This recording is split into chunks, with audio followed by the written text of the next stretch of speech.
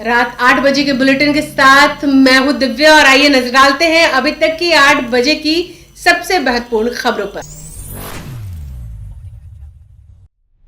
भारत की जनगणना 2027 के प्रथम चरण में मकान सूचीकरण और मकानों की संख्या की गणना शुरू। बोले विजय चौधरी। सम्राट चौधरी की जो सरकार बनी वो नीतीश कुमार ने तय किया।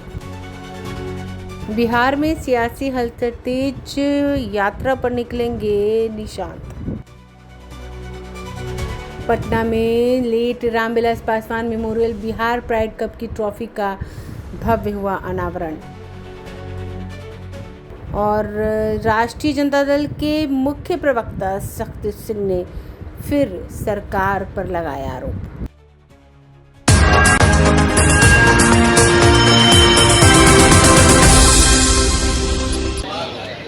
भारत की जनगणना 2027 के प्रथम चरण मकान सूचीकरण और मकानों की गणना का जिला स्तरीय शुभारंभ पटना में गरिमामय माहौल में किया गया।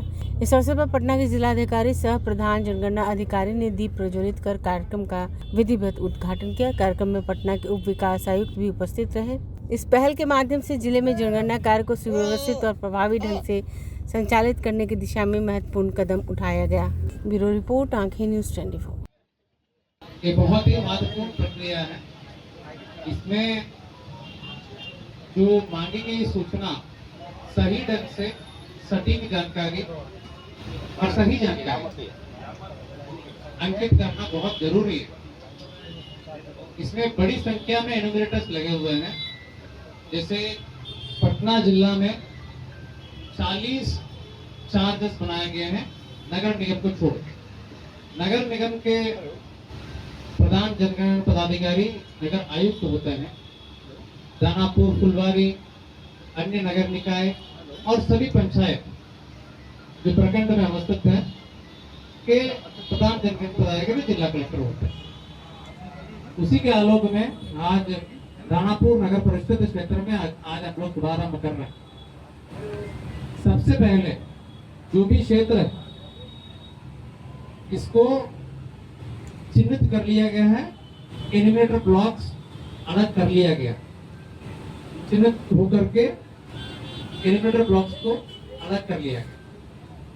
अब इनिशियल स्टेज में 2 से 3 दिन एनुमरेटर्स अपने अपने क्षेत्र में भ्रमण करेंगे, पूरे क्षेत्र को समझेंगे, नक्शा बनाएंगे। नक्शा बनाने के बाद नक्शा के अनुसार हाउस लिस्टिंग करें। उनके क्षेत्र में कितने घर हैं, मकान हैं, उसका लिस्टिंग करें। हर एक एनुमरेटर का 800 के आसपास, अधिकतम 800 का जनसंख्या निर्धारित की गई। उसके आलोक में भ्रमण करेंगे। नक्शा बनाने के बाद घर घर जाकर के सूचना प्राप्त करें। आप जानते हैं 17 मई से सेल्फ एनुमरेशन का भी प्रक्रिया हुई थी।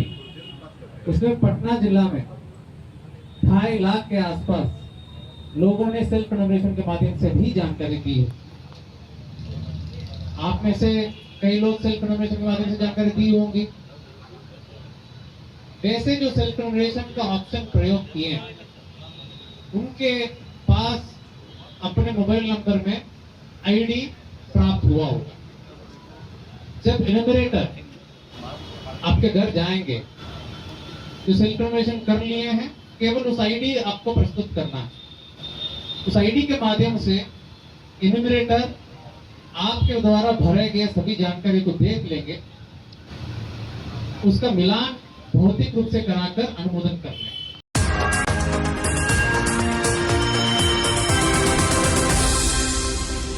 ये सब नीतीश कुमार जी के द्वारा जो विजय कुमार चौधरी ने कहा है कि सम्राट चौधरी की जो सरकार बनी है वो नीतीश कुमार के द्वारा तय किया हुआ है।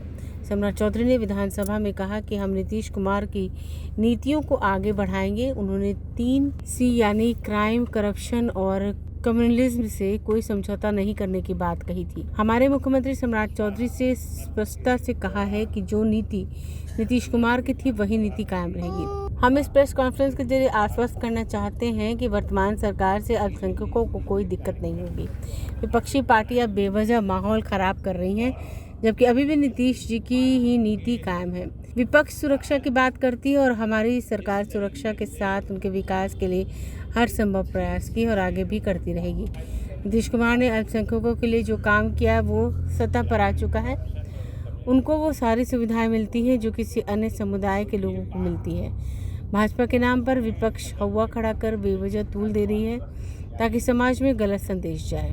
जितने भी नए कानून आए उनको लेकर विपक्ष अल्पसंख्यकों को डराई, पर परिणाम इसके इतराया। सारा कुछ हुआ पर किसी अल्पसंख्यक का कुछ नहीं बिगड़ा। सम्राट चौधरी बार बार कह रहे हैं कि हम सांप्रदायिकता से कभी समझौता नहीं करेंगे।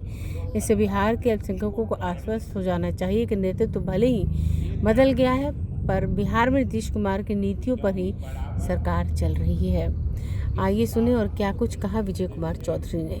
रूप से एक बात जो आप बराबर सुनते हैं या हम लोगों की तरफ से, हमारे पार्टी की तरफ से भी और सरकार की तरफ से भी, मुख्यमंत्री की तरफ से भी, ये बात लगातार आप लोगों के माध्यम से बिहार की जनता को हम लोग बताते रहे हैं, आश्वस्त करते रहे हैं कि अभी भी जो वर्तमान सरकार श्री सम्राट चौधरी जी के नेतृत्व में बनी है और काम कर रही है, इसका रास्ता, इसका तरीका, इसका सलीका, ये सब नीतीश कुमार जी के द्वारा जो तय किया हुआ था, हम लोग उसी रास्ते चल रहे हैं और चलेंगे भी। और आज खास तौर से हम आपको जो मुख्यमंत्री जी का वक्तव्य बाहर भी आया है, विश्वास मत के दौरान उन्होंने विधानसभा में भी अपनी बात रखते हुए कहा था कि नीतीश जी के कार्यक्रम को तो हम आगे बढ़ाएंगे और नीतीश कुमार जी के शासन में जिस तरीके से 3C से जो कोई कॉम्प्रोमाइज करने की बात नहीं थी, क्राइम, करप्शन और कम्युनिज्म, तो ये बात तो उन्होंने सदन के माध्यम से जनता को आश्वस्त किया ही है। आज मैं विशेष रूप से उसका जो तीसरा मुद्दा है कि अपराध और भ्रष्टाचार के साथ सांप्रदायिकता पर भी जो सरकार की जीरो टॉलरेंस की नीति है, ये ध्यान देने की बात है। क्योंकि बराबर इस बात को, इस मुद्दे से खेलने की और इस मुद्दे को फरकाने की कोशिश हमारे विपक्ष के साथी करते रहते हैं कि हमारे मुख्यमंत्री जी ने स्पष्ट कर दिया है कि सांप्रदायिकता पर भी जो जीरो टॉलरेंस की नीति नीतीश कुमार जी के समय में चल रही थी, आगे भी वही चलेगी। ये बड़े स्पष्टता से उन्होंने कहा है।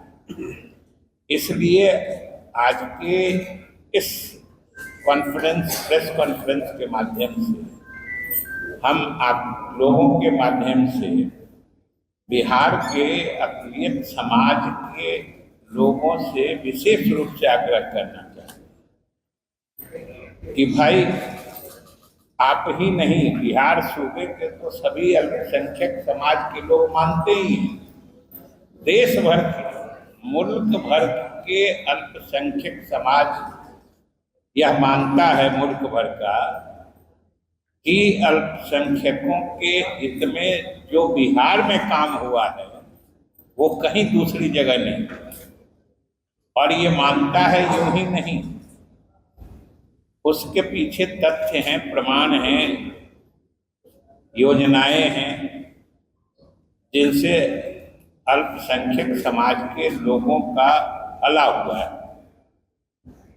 और अब सिर्फ जो पहले माहौल बनाया जाता था एनडीए की हुकूमत से पहले कि अल्पसंख्यक समाज के लोगों को जैसे सुरक्षित, माने तुमको कोई कुछ बिगाड़ नहीं सकता। ये बात कितनी ऊंची आवाज में बोली जाती है। जैसे लगता है कि अल्पसंख्यक समाज के लोगों को सिर्फ समाज में कोई मारे नहीं, उनका इतना ही अधिकार है। उनको आगे बढ़ने का अधिकार नहीं है, उनको तालीम हासिल करने का अधिकार नहीं है, उनको नौकरी में जाने का अधिकार नहीं है, उनको तालीम याफ्ता बना के सरकारी नौकरियों में पहुंचा के उनकी माली हालत सुधारा जाए। ये न सरकार की नीति होती है। लेकिन आप याद कर लीजिए, और मैं चुनौती के साथ करता हूं कि एनडीए की हुकूमत बनने से पहले याद कर लीजिए, जो पीछे के शासनकाल थे दोनों खंड में,